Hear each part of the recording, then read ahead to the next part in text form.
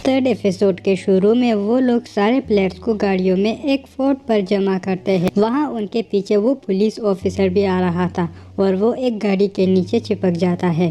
پھر وہ ایک گاڑی کے اندر جاتا ہے، ان پلیئرز میں شامل ہوتا ہے اور اس شخص کو شک ہوتا ہے اور یہ اس کو مار بھی دیتا ہے اور اس کو نیچے پھینکتا ہے۔ پھر ہم دیکھتے ہیں کہ وہ لوگ پلیئرز کو کپڑے بدل رہے تھے اور کچھ ہی دیر میں وہ ریڈی ہوتے ہیں اور سیانگ دوبارہ سے اس بزرگ آدمی سے ملتا ہے۔ وہ لوگ باتیں کرنے لگتے ہیں اور سانگو بھی آتا ہے اور اس کے پیچھے علی بھی ہم دیکھتے ہیں اور آلموسٹ سارے بندے واپس آ گئے تھے۔ یہ لوگ آپس میں بات کر رہے تھے کہ کیوں نہ ہم ٹیم ورک کریں، کسی کو کوئی پتہ نہیں ہے کہ اگلا گیم کیا ہونے والا ہے۔ پھر ان کی ٹیم میں علی اور وہ بزرگ آدمی بھی شامل ہوتا ہے اور ساری تکلیفیں ایک ساتھ جھیلنے کا فیصلہ کرتے ہیں۔ پھر اس کے بعد وہ گنڈا بھی ٹیم بنا رہا تھا اور اس چورنی جس کا نام سیبیوک تھا اس کو بھی اپنی ٹیم میں شامل ہونے کے لیے کہہ رہا تھا، لیکن وہ صاف انکار کرتی ہے کیونکہ وہ بھروسے لائق نہیں تھا۔ اس نے پہلے بھی اس کو دھوکہ دیا تھا اور وہ سیبیوک ان لوگوں سے بھی کہتی ہے کہ یہ تم کو بھی دھوکہ دے گا۔ پھر سب کو کھانے کے لیے بلایا جاتا ہے اور وہ ان کو ٹفن دیتے ہیں۔ سیونگ اور اس کے دوست پرانی باتیں کر رہے تھے کہ اسکول میں بھی سیم ایسا ہی ہوتا تھا۔ تب سانگو کہتا ہے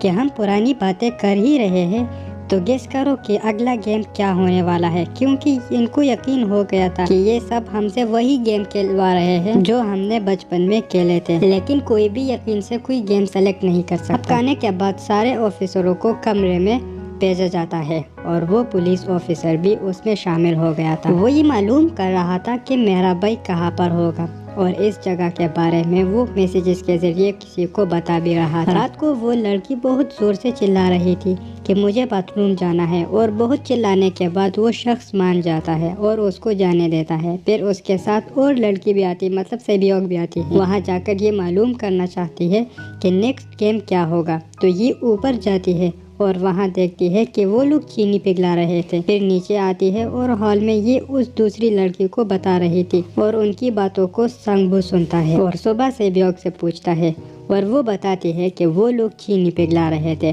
پھر ان کو کھانے کے لیے بلایا جاتا ہے اور سب کو کھانا دیتے ہیں، لیکن وہاں ایک بندے کو پہلے سے ہی گیم کے بارے میں بتا دیا جاتا ہے۔ وہ کیوں، آگے آپ کو پتہ چل جائے گا۔ پھر سب کو پلے گراؤنڈ پر جانے کے لیے کہا جاتا ہے۔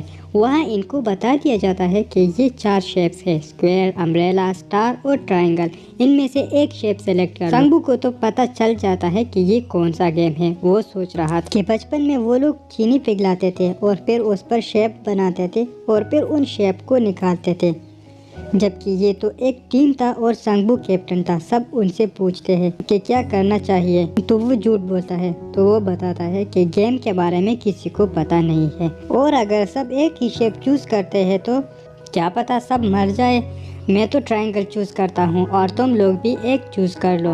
علی سرکل چوز کرتا ہے، بزرگ آدمی اسکوائر اور سیانگ امبریلا چوز کرتا ہے اور سب کو ایک ایک ڈبہ دیا جاتا ہے اور اس میں وہی شیپ تھا جو انہوں نے سلیکٹ کیا تھا اور پھر ان سے کہا جاتا ہے کہ اس شیپ کو باہر نکالو اور اگر کسی سے شیپ ٹوٹ گیا تو اس کو ایلیمینیٹ کر دیا جائے گا اور سب نکالنے لگتے ہیں۔ کوئی بھی آسانی سے نکال نہیں پا رہا تھا، سب ڈرے ہوئے تھے اور امبریلا ایک سے ٹوٹ جاتا ہے اور اس کو ایلیمینیٹ کر دیا جاتا ہے۔ پھر سب اور بھی ڈر جاتے ہیں۔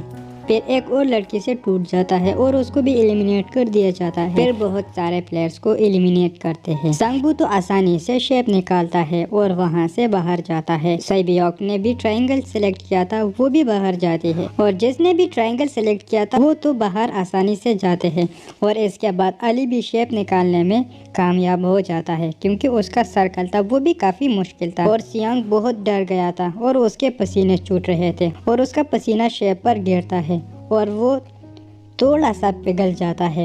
پھر وہ شیپ کو چاٹنے لگتا ہے، اس کو دیکھ کر سب شیپس کو چاٹنے لگتے ہیں کیونکہ ٹائم بہت کم تھا۔ وہ کیا ہے نا، ڈوبتے کو تنکے کا سہارا، اور سب چاٹنے لگتے ہیں اور شیپس کو باہر نکالنے میں کامیاب ہو جاتے ہیں اور ایک بار پھر سیانگ بال بچ جاتا ہے، لیکن وہاں ایک بندہ تھا جس نے ابھی تک شیپ کو نہیں نکالا تھا اور ٹائم ختم ہو جاتا ہے تو وہ ایک آفیسر سے گن لیتا ہے اور اس پر گن رکھتا ہے اور کہتا ہے کہ اپنا چہرہ دکھاؤ اور وہ ماسک ہٹاتا ہے اور چہرہ دکھاتا ہے۔ وہ بھی سیم بس ٹین ایجر تھا